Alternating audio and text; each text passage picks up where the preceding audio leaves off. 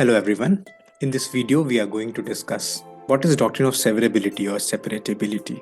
So the word severable means breakable, detachable, dividable, or we can say partible.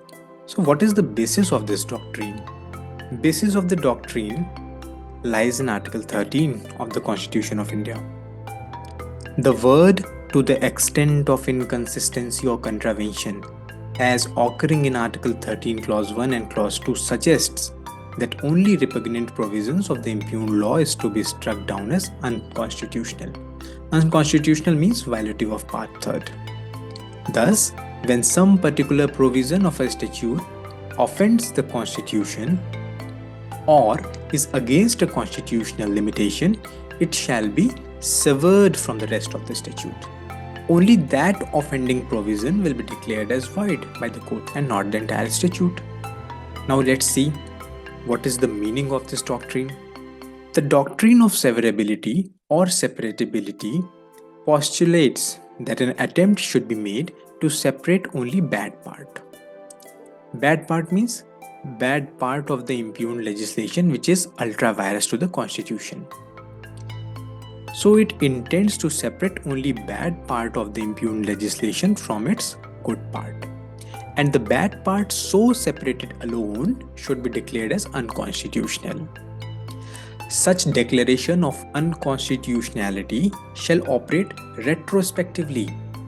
Accordingly, the impugned act would be void ab initio. Now, what is the scope of the doctrine?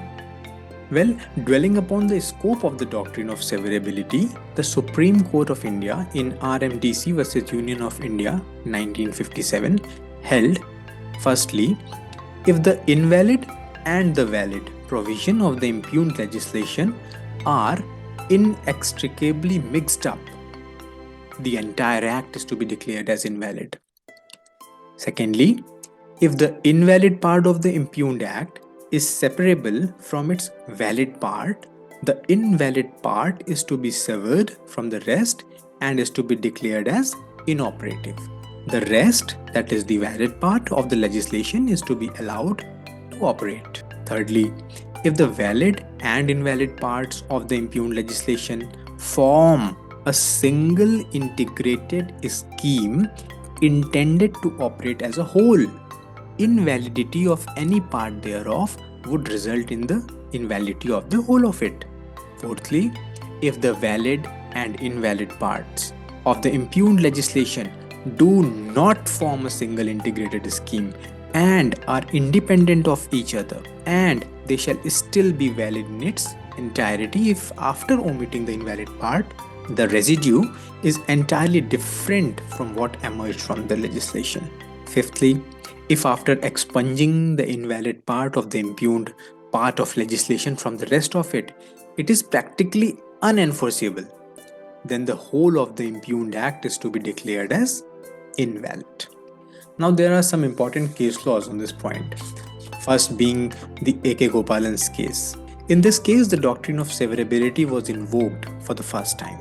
It was held that only section 14 of the Impugned Preventive Detention Act is to be separated out and struck down as unconstitutional, being violative of the Constitution of India. The court severed it from the rest of the statute. The rest of the impugned provision will remain valid and effective. Second case law is of State of Bombay vs. F.N. Balsara. In this case also, only offending provision of the Bombay Prohibition Act 1949 was separated out and declared as void. The court felt that there was no need to declare the whole statute as void. Third is the D.S. Nakara vs. Union of India. In this case, it was held that only the offending provision of the impugned act shall be void, the rest of the statute shall be valid. Only the offending part thereof shall be invalid. Fifth case, Minerva Mills vs. Union of India.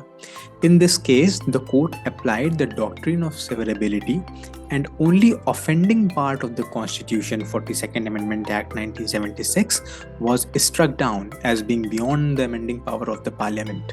The rest of the impugned act was declared as valid. And last case law is of Quixote Holohan vs. Jachillo. In this case, paragraph 7 of the 10th schedule, which was first inserted by the 52nd Amendment Act of 1985, was declared as unconstitutional as being violative of Article 368 Clause 2. The rest of the impugned legislation was allowed to operate. In other words, the rest of the 10th schedule, excluding paragraph 7, was upheld as constitutional. So this is all. Thank you very much.